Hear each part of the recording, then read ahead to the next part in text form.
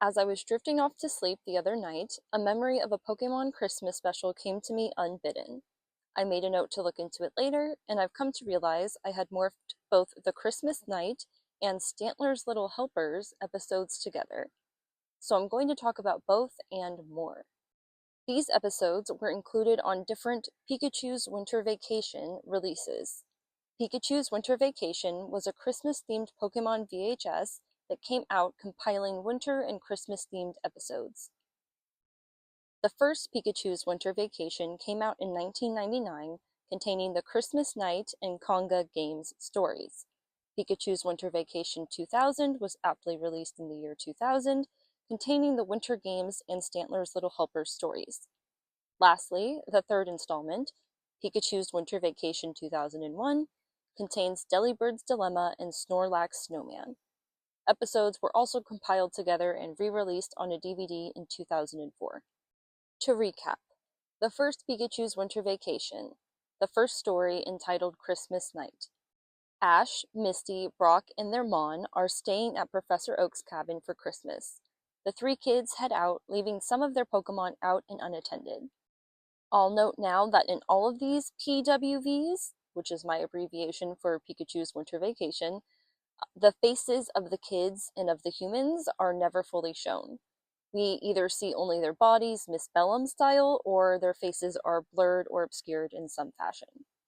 Ash leaves Pikachu in charge with Togepi, Bulbasaur, Squirtle, Vulpix, and Psyduck.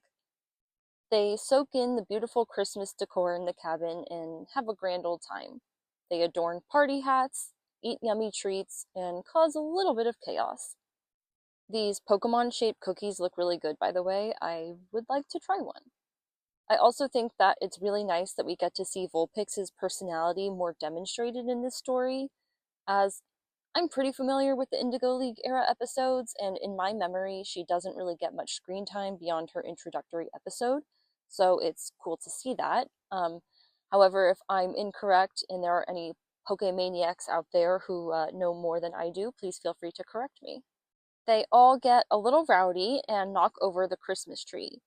Pikachu gets pissed, and I low-key get it, the others were acting bananas, but honestly, I'm not sure that we can blame them, as they are usually locked into their tiny Pokeball prisons, whilst Pikachu is getting to have all the time, space, and freedom and attention that he wants. But anyway, Pikachu's retaliation causes the power to go out, thus proving that anger is never the answer, folks.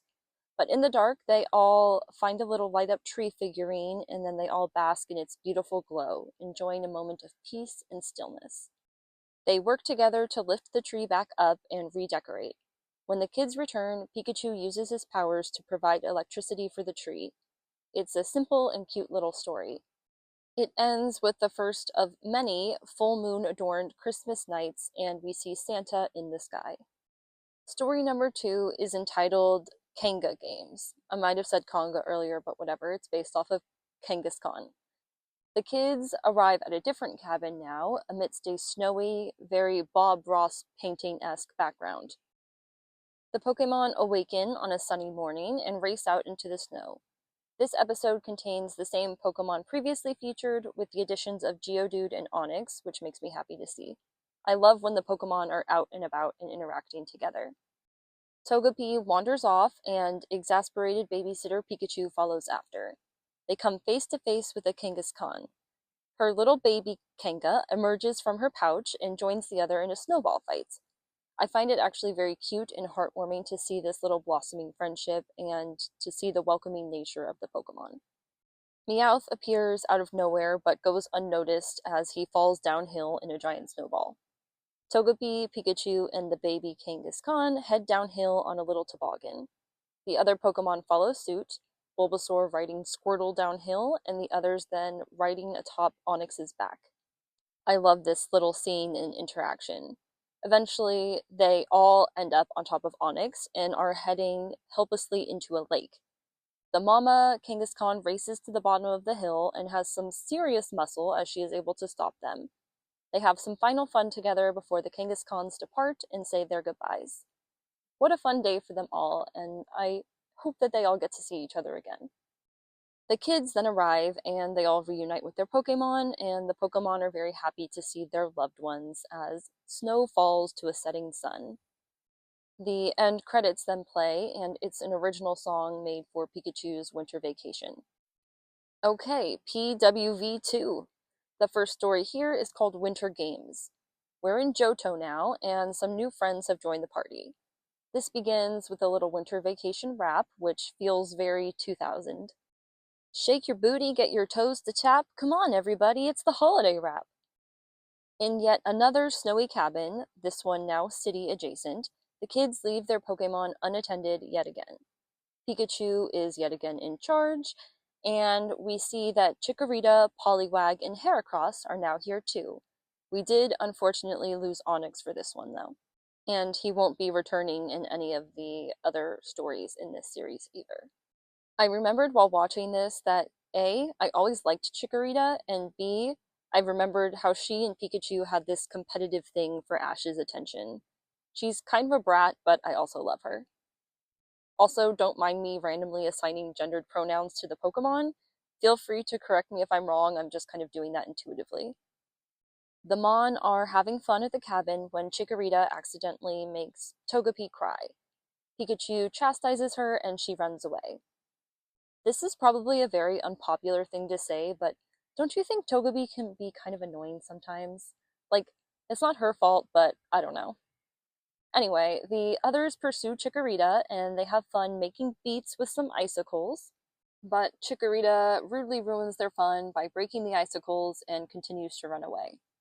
They all end up at an ice skating rink and have fun on the ice. Meowth shows up out of the blue again and gets tossed around the rink before getting launched into the air, declaring, "Even without Team Rocket, I'm blasting off anyway," which I thought was a nice touch. The skating adventures allow Chikorita and Pikachu to bond, and they all end up having fun together. The kids show up to the rink later with zero questions as to how the Pokemon got there, and they all head back to their cabin. Story 2, Stantler's Little Helpers. In yet another snowy cabin, the kiddos head to bed on Christmas Eve. They very obviously play favoritism, as is very typical for Pokemon, allowing Pikachu and Togepi to sleep with the humans. Chikorita gets out of her Pokeball and finds this rightfully unfair and goes to replace Pikachu in Ash's bed. The rest of the Pokemon all wake up and they all have some antics inside before going out and looking for something that they saw fall from the sky. They encounter Santa Claus and his singular, very overworked, very sick Stantler. Stantler needs certain berries in order to heal so that they can deliver the presents. The Pokemon decide to go look for the berries in order to help. There's a cute thing where Pikachu uses the star from the top of the outdoor Christmas tree to provide light to the others as they search. Vulpix finds some of the berries growing on a cliffside, and Pikachu climbs up to retrieve them. So this is actually the episode that I remember best, and it's funny because in my memory, A, this was a lot longer of an episode, and B, it had a lot higher stakes, but it's actually pretty quick and simple. Anyway, so they get the berries to Stantler, who promptly recovers, and Santa takes flight to another snowy full moon. The next morning in the cabin, the kids open their freshly delivered presents, and the episode ends there, ending finally with a fun little ending song and sequence. PWV3. The first story in this third installment is Dellybird's Dilemma. I'm not gonna lie, this is my least favorite of the bunch.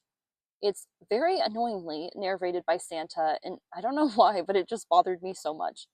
He states how bad things always happen the day before Christmas, and we see that we're now definitely later into the Pokemon series as Noctowl, Totodile, and Cyndaquil have joined the party, and we lost Vulpix, Squirtle, and Heracross.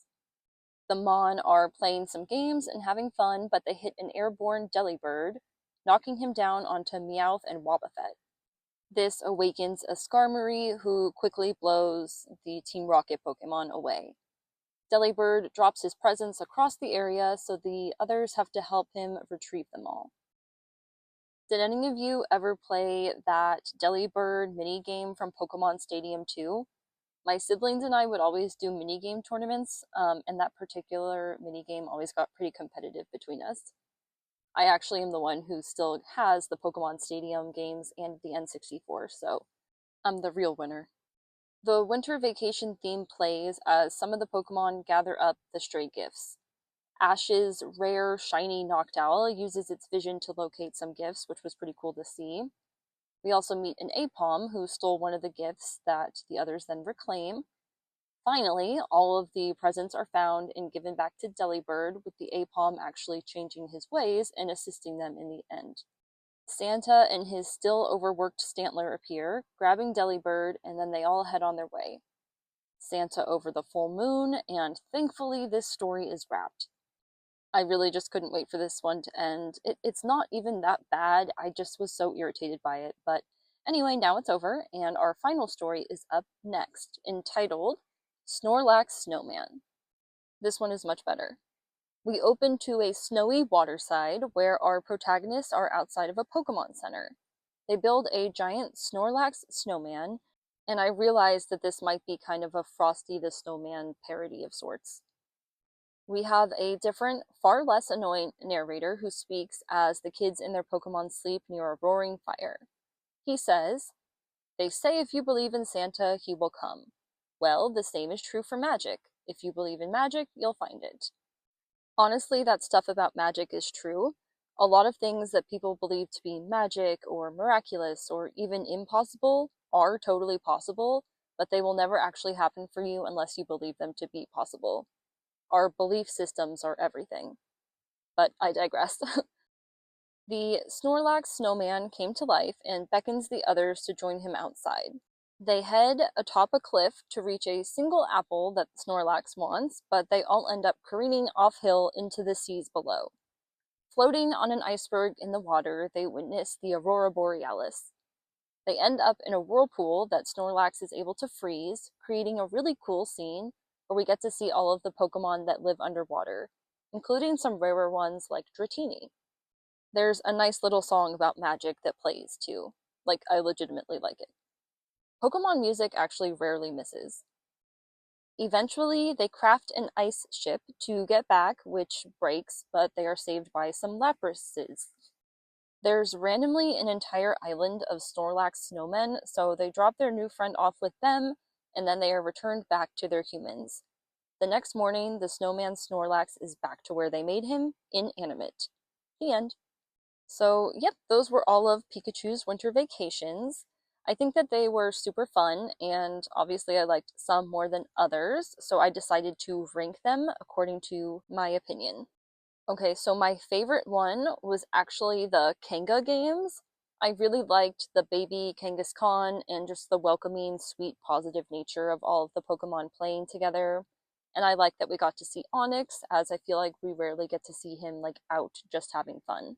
My second favorite was Christmas Night, which was the first one where they're just inside the cabin. I think it's very sweet and it has a very warm, happy feel to it. Number three is going to be the Winter Games, as I liked to see how Chikorita and Pikachu grew closer together, and I liked Meowth's little line. Number four is Stantler's Little Helpers, just because I remember it very well and I like the berries, and it is a nice little story. Number five is Snorlax Snowman, and this easily could have been a higher spot, but I just liked all the other ones too, and I would say this one is pretty solid. And of course, we know that number six, dead last, is Delibird's Dilemma. I'm sorry for hating on it, it's just not my thing. Like I said, this is just my opinion, and they were all nice little winter episodes. If I was going to nitpick these episodes, I would say it's not possible to have a full moon multiple years in a row on the same day, but hey, whatever. Also, it wouldn't be possible for the kids to not age, but still have like 3+ Christmases.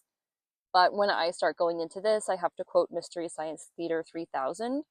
If you're wondering how he eats and breathes and other science facts, repeat to yourself it's just a show. You should really just relax.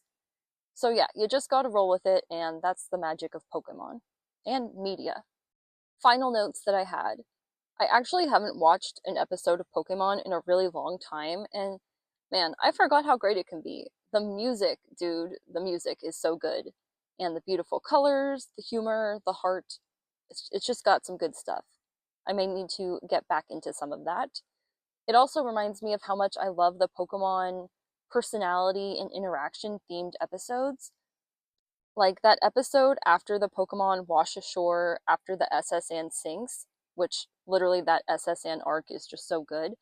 And we get to see them actually talk to each other, and they have that heartbreaking interaction between Ash and Company's Pokemon and then Team Rocket's, and they say that they don't actually want to fight each other, etc. So good. Actually, maybe I'll make a video about that someday. But yeah, that brings me to the end of this video. So thank you for watching. Please like, comment, and subscribe if you feel so inclined. I talk about a lot of different things on my channel, and even though I am the DigiKitty, Digimon and Pokemon can happily coexist. So thank you again, and happy holidays to you all.